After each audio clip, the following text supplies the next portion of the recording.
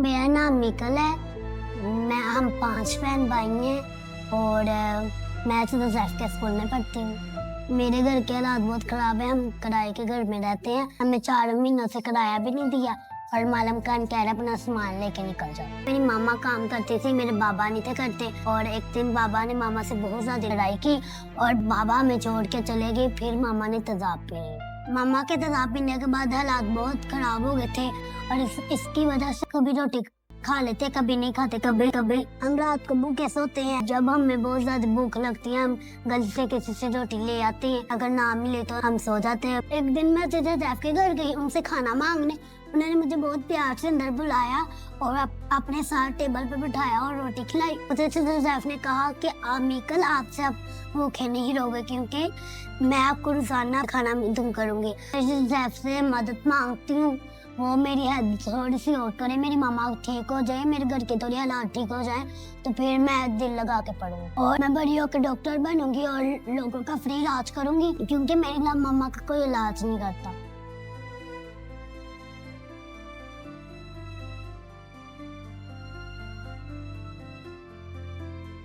तो मिकल, आपने बोला था कि हमारी हेल्प करें, तो अभी हम आपके लिए चीजें लेके आ गए हैं। मुझे बहुत अच्छा लगता है, आपने ये सारा कुछ हमें ला के दिया, हमारी मदद की, आपने हमारा किराया भी पूरा कर दिया। आपके लिए मैं बहुत बहुत शुक्र करना चाहती हूँ। मैं सबसे मदद मांगती हूँ तो मेरी मम्मा का इलाज हो जाए। हमारे बाबा भी हमें छोड़ के चले गए। अगर हमारी मम्मा भी हमें छोड़ के चले जाए तो हम उसके पास रहेंगे और अपना घर भी नहीं है हमारे पास।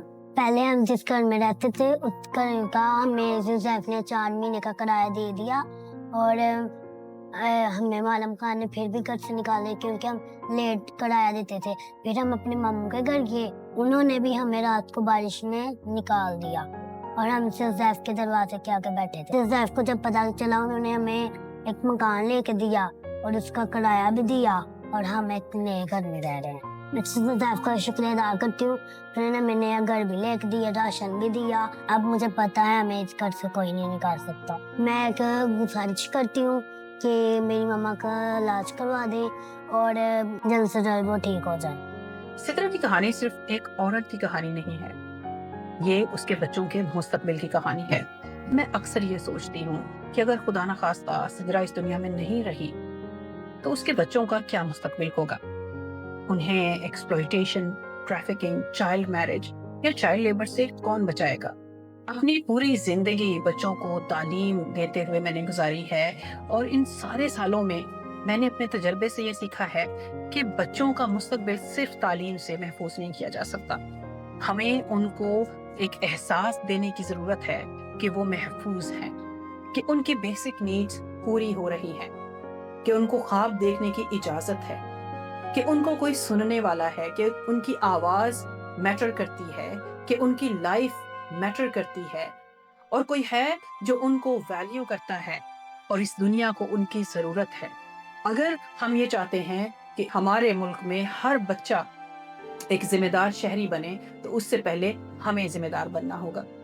हमें उनको एक ऐसा इकोसिस्टम बना के देना पड़ेगा जहां पे उनको ये सारा कुछ मिल सके। आज मीकल एक छोटी बच्ची ये कहती है कि हमारा साथ देने वाला कोई नहीं, उसकी माँ का इलाज करवाने वाला कोई नहीं, और वो जाके लोगों के घरों में खाना जमा करती है कि उसकी माँ, उसके दूसरे बहन भाई खाना खा सके। अब सोचिए वो बच्ची किस कदर तकलीफ में होगी। क्या हम में से कोई नहीं है जो इस तरह की बच्चों की तकलीफ को महसूस करे? सिर्फ वो बच्चे जो हमारे घर में हैं वही हमारे बच्चे नहीं हैं, बल्कि हर वो बच्चा जो दुख में है, जो तकलीफ में है, जो भूखा है, जिसे तहफ़्फ़ुज़ नहीं मिल रहा, जिसे तालीम नहीं मिल रही, वो सब बच्चे मेरी और आपकी जिम्मेदारी है।